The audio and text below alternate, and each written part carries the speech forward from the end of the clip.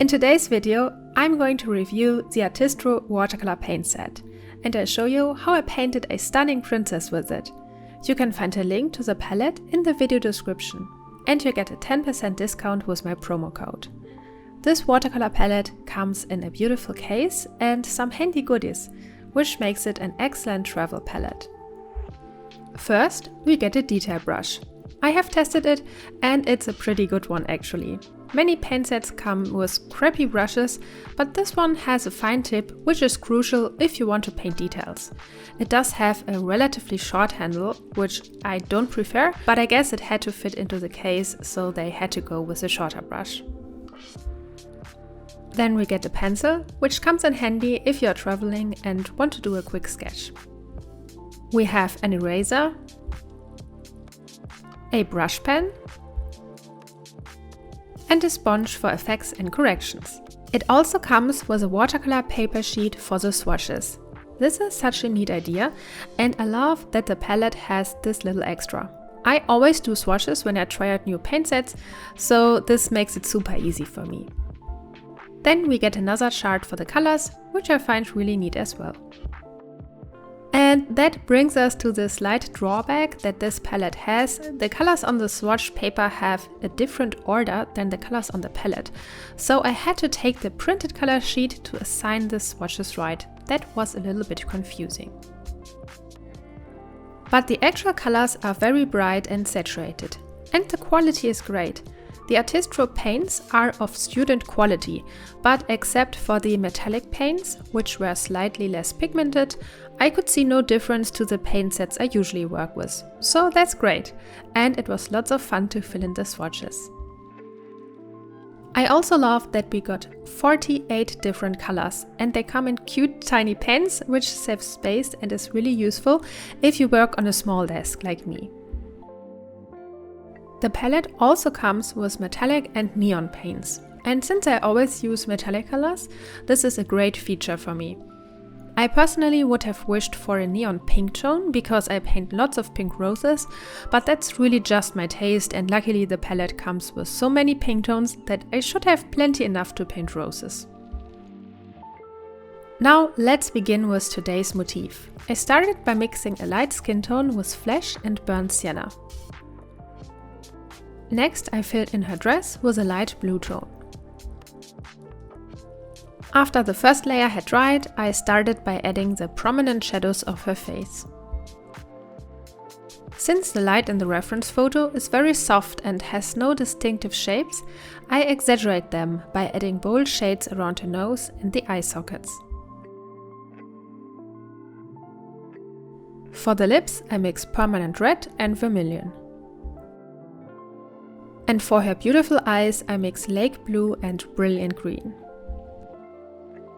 Our princess wears red eyeshadow, and I exaggerate the color because watercolor tends to fade and look very light when it's dried. Now I start building depth in her face by simplifying the shadows that I see in the reference. I paint these shadows in the form of geometrical shapes to get nice forms that build my portrait structure. By the way, the beautiful princess I am painting here is actually a commission I did for the best-selling novelist Tate James. I am going to paint all the main characters of her books for her office wall. This is such a great project, and if you are interested in Tate James's books, look in the video description. The princess is Rybet Waise from the Royal Trial series. She is actually a mercenary and only poses as a princess. Now, after having added the main layers with watercolors, I continued working with colored pencils. I started with a luminance pencil with the shade Flesh Tone for the eye makeup. I continued adding details with black for the lashes and white for the eyeball. Then I softened everything up with a white luminance pencil. Next, I used an ivory white polychromos pencil with which I went over some parts of the portrait to soften it and blend it furthermore. Then I did my special magic trick and I mixed a bit of white gouache with yellow to add a soft semi-opaque layer on the highlight areas of her face to soften it even more and really bring out the highlights. After I finished the face, I mixed metallic bronze and raw umber and started drawing some of her curly hair strands.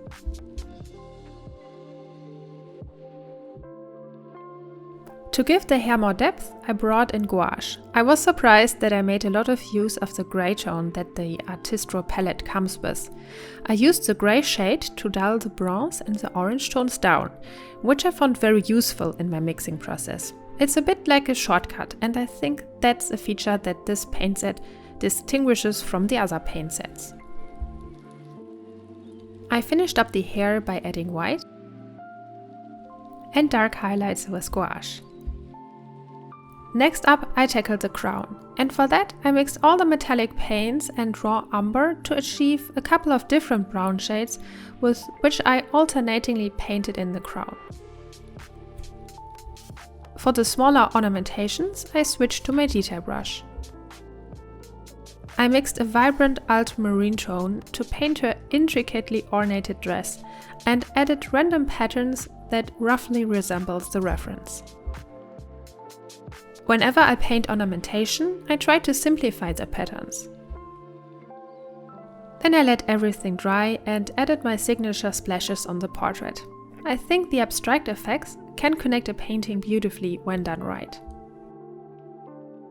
I used gold and blue for my splashes because they fit the color palette of the painting best. I decided to refine the details of her crown with my detail brush furthermore. And I added light blue highlights with gouache on the ornamentation. I used blue and black color pencil to bring out the pattern's shape and to finish her dress. And since I was at it, I also refined her hair and added some details with brown color pencils. To conclude the review, I would say the Artistro paint set is a wonderful option if you want to try out something new and if you like beautifully designed paint sets in general. The quality of the paint set is excellent for a hobby or student palette. And I love the watercolor detail brush. If you are looking for a travel palette with lots of shades and the art supplies you need to do sketching, I think the Artistro palette is a great option. The metallic box quality and the inside of the pens, which are made of a soft plastic, isn't as good as it would be with a fine art Schminke or Winsor & Newton box. But this paint set costs only $27 which is a steal considering what you get for it.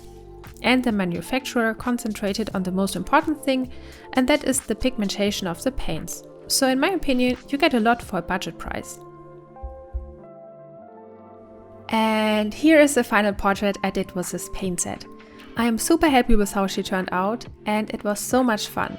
I also already painted Hades and Madison Kate from Tate Jame's books, and I'm excited to paint the other characters too. Let me know if you have read Tate Jame's books and how you like them, or if you have tried the Artistro paint set and how you like that. I hope you enjoyed the video, and if you did, give the video a thumbs up and leave a comment. And I hope I see you in the next one. Bye bye!